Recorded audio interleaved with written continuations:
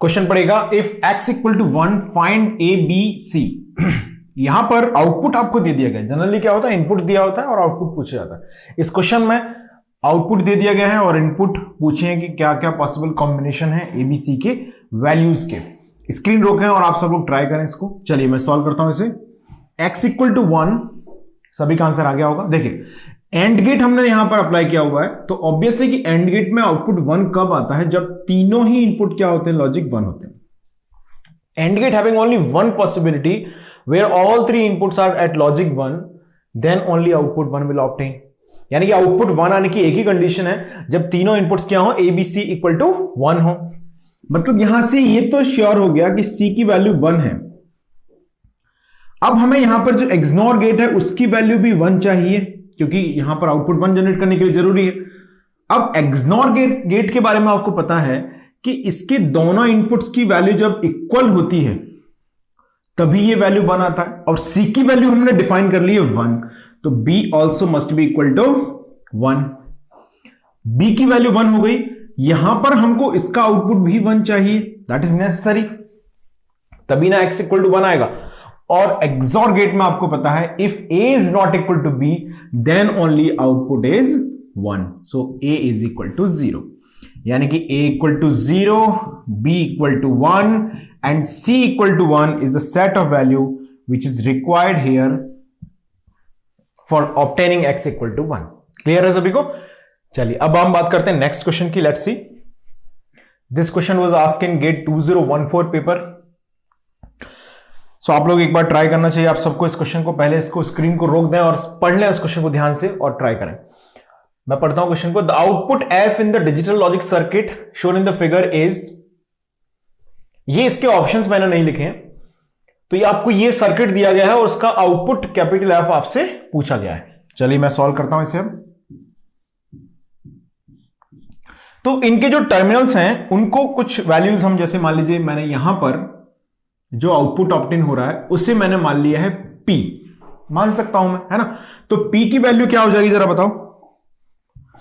P is equal to यहां पर क्या आ जाएगा, P इज इक्वल टू आएगा X एक्सॉर Y।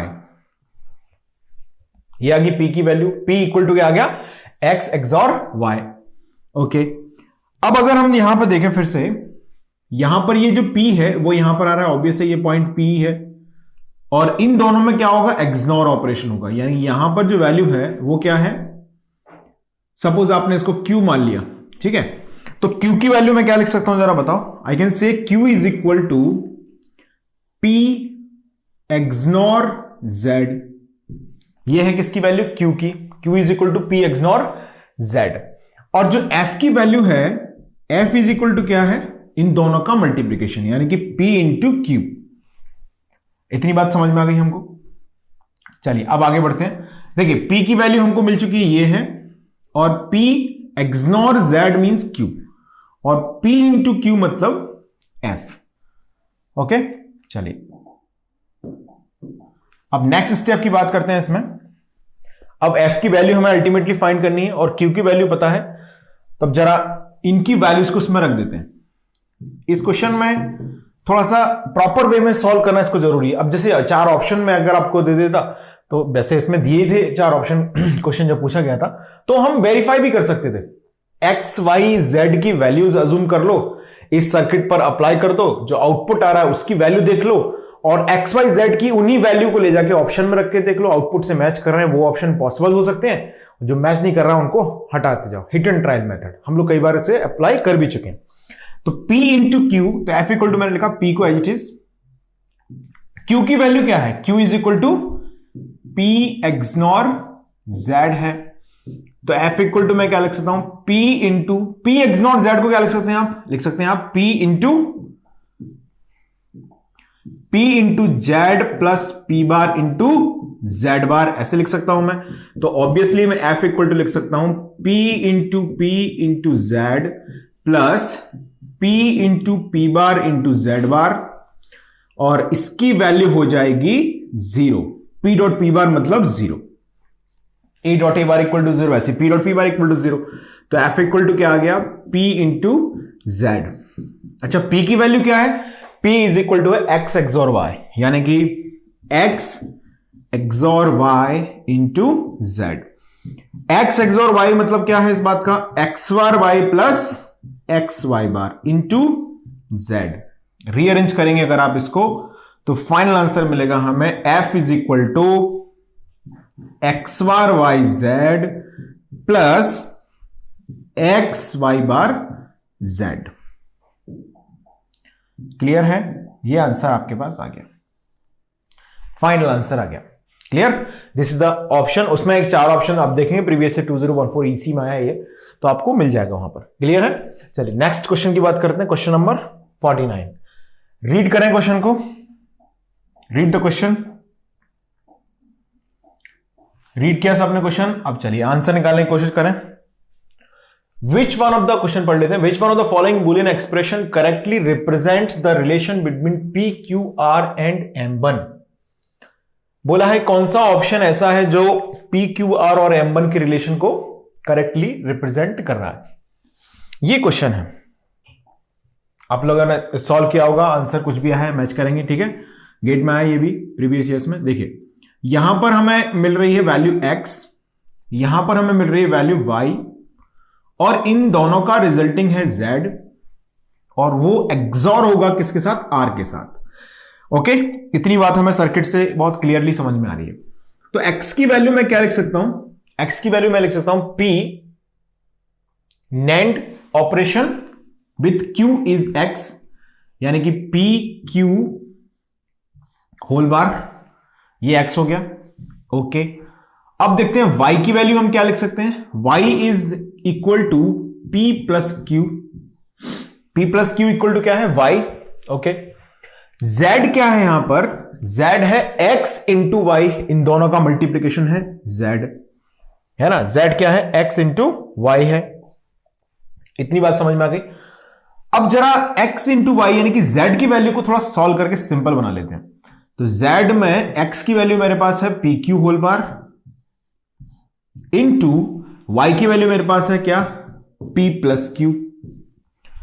इनकी वैल्यूज को अगर मैं पुट कर दूं यहां से, तो z की जो वैल्यू हमारे पास आई है ना, उसमें हम क्या कर सकते हैं, डिमॉर्गन्स प्रिंसिपल लगा सकते हैं। जैसे ही आप इसमें क्या लगाएंगे, डिमॉर्गन्स प्रिंसिपल लगाएंगे, दैट्स सी। तो z इक्वल टू हमारे पास पी क्यू होल बार, मैं क्या लिख सकता हूं इसे मैं लिख सकता हूं p bar plus q bar into p plus q. यह आ गया हमारे पास। ओके, अब यहां से अगर हम z की वैल्यू को लिख रहे हैं, यहां से अगर हम z की वैल्यू लिखेंगे तो ऑब्वियसली अब इसमें कौन सी थ्योरम मुझे लगानी चाहिए, मुझे लगानी चाहिए इसमें ट्रांसपोजिशन थ्योरम, यानी कि 1 multiply with this and that p will multiply with q बार। तो क्या आंसर आएगा, p बार q प्लस p q बार। अभी हमने थोड़ी देर पहले डिस्कस किया था लास्ट क्लास में कि p bar plus q bar into p plus q is a form of XOR gate, यानी कि ये हमने लिखा है p XOR q। z is nothing, z is p XOR q। p XOR q का जो आउटपुट आया है उसे हमने एक्सॉर कर दिया है r के साथ। अच्छा, ये तो वही बात होगी, कौन सी, m1 equal to z XOR with r, यानी कि m1 इक्वल टू है p XOR with q resulting it gate XOR with r। This is the value of m1। Let's verify the options. कौन से ऑप्शन में ऐसा हो रहा है, चेक करके आंसर बताओ क्या आएगा, p XOR q XOR with r। Option D is the correct answer. सभी का ऑप्शन डी आ रहा था, जिनका ऑप्शन डी था दे आर एब्सोल्युटली राइट। चलिए अब आगे बढ़ते हैं नेक्स्ट क्वेश्चन की ओर। रीड करें इस क्वेश्चन को। In the figure the LED दी गई फिगर के अंदर 4 ऑप्शंस बनाए हैं, इसमें से इन्होंने emits light when both S1 and S2 are closed. बोला है दोनों कीज जब ऑन हो जाएंगी तभी ये लाइट जलेगी। एलईडी के अंदर, LED is just a diode, okay, light emitting diode बोलते हैं इसको। तो डायोड के अंदर क्या है, जब इसका पी रीजन यानी कि ये वाला जो रीजन है वो हाई होगा और ये रीजन क्या होगा, लो होगा, तो उस कंडीशन में ये एमिट करेगी। ओके, अब आपको 4 ऑप्शन पढ़ के इसको आंसर करना है। सर्किट को थोड़ा सा अगर हम ऑब्जर्व करते हैं तो 2 एक्सॉर गेट के इनपुट्स हैं इस तरह से, यानी कि यहां पर आपने लॉजिक 1 वीसीसी, मतलब लॉजिक 1 हम बोल सकते हैं उसको, प्लस वीसीसी को, ग्राउंड को हम इसमें बोलेंगे लॉजिक 0। तो आपने देखा यहां से कि ये 1 और ये 1 हमने अप्लाई किया, तो यहां पर मिलेगा आपको 0, यहां पर क्या मिल गया 0। नैंड गेट का एक इनपुट हो चुका है 0, तो आपको मालूम है enabling and disabling criteria of NAND gate, यानी कि एक इनपुट अगर हम 0 कर दें नैंड गेट का, तो आउटपुट हमेशा एक आने लग जाता है, क्या, फिक्स 1। कोई फर्क नहीं पड़ता कि ये वेरिएबल क्या ऑब्टेन होके आ रहा है, मतलब आउटपुट यहां पर 1 आएगा, यानी कि इसका जो एन रीजन है एलईडी का वो भी हाई हो गया, पी रीजन पहले से हाई था, यानी कि एलईडी जलने वाली नहीं है। अब आपको ऑप्शंस देखने हैं, emits light when both S1 and S2 are closed, कोई चांस नहीं है। Emits light when both S1 and S2 are open, देखिए कोई फर्क ही नहीं पड़ना। यहां पर मान लीजिए आपने बोला कि x वैल्यू जनरेट हो रही है, अब x वैल्यू 0 है 1 है, इसको कोई फर्क नहीं पड़ेगा, क्योंकि एक इनपुट का आंसर फिक्स हो गया है 0, और एक इनपुट अगर नैंड गेट में फिक्स हो जाए 0, तो आंसर हमेशा आता है लॉजिक 1। यानी कि नैंड गेट का आंसर अगर 0 लॉजिक 1 आ रहा है, मतलब एलईडी का जो एन टर्मिनल है वो हमेशा हाई रहेगा। इसका सीधा मतलब है कि जो आउटपुट है वो कभी भी एलईडी जलने वाली नहीं है। Does not emit light irrespective off switch positions. Option D is the correct answer for this question. चलिए आगे बढ़ा जाए। ओके, नेक्स्ट क्वेश्चन की चर्चा करते हैं, लेट्स गो। पढ़िए क्वेश्चन ध्यान से। In the circuit shown in the figure, if C is equal to 0, the expression for Y is.